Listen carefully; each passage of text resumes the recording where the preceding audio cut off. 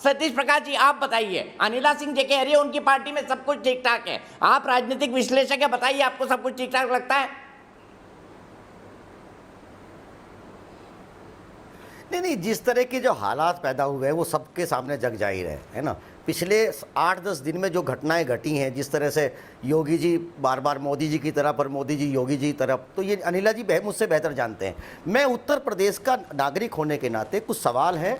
अनिला जी ने अभी कहा कि उत्तर प्रदेश की बड़ी आबादी की वजह से सरकार नाकाम रही इस व्यवस्था को संभालने में।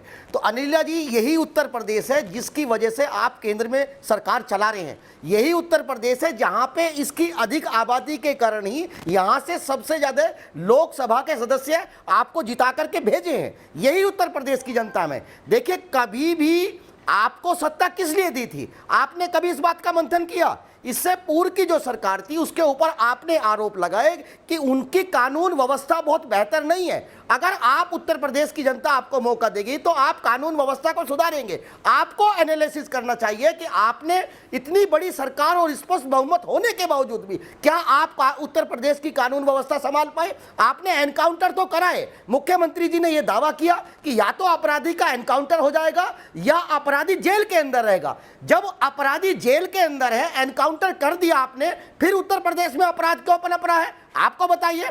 आपने कहा कि इससे पूर्व की सरकार में बहु बेटियां सुरक्षित नहीं है। आप हमको यह बताइए कि जब एक बेटी के साथ बलात्कार हो रहा था, बीजेपी के विधायक ने बलात्कार किया, आपने उसके खिलाफ क्या कार्रवाई की?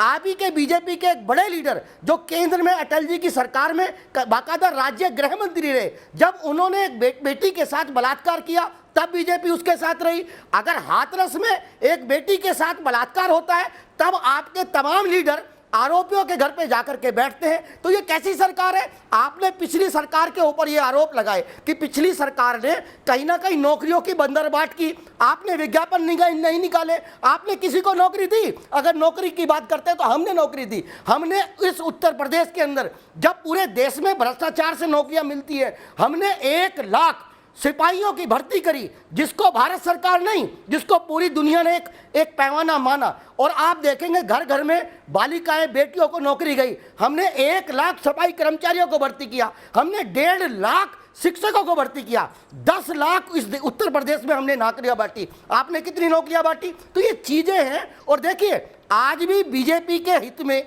यह मुद्दा नहीं है कि वो उत्तर प्रदेश की सुरक्षा या उत्तर प्रदेश का भलाई कैसे कर सकते हैं। अगर माननीय प्रधानमंत्री जी अगर उत्तर प्रदेश से आते हैं, जब हम सरकार में थे, हम मानते हैं कि उत्तर प्रदेश की बड़ी आबादी है, वहां संसाधनों की कमी है। आप अगर सरकार बीजेपी की है तो उत्तर प्रदेश की जो राज्य सरकार है वो केंद्र से क्यों नहीं एक आर्थिक बजट की बात करती है?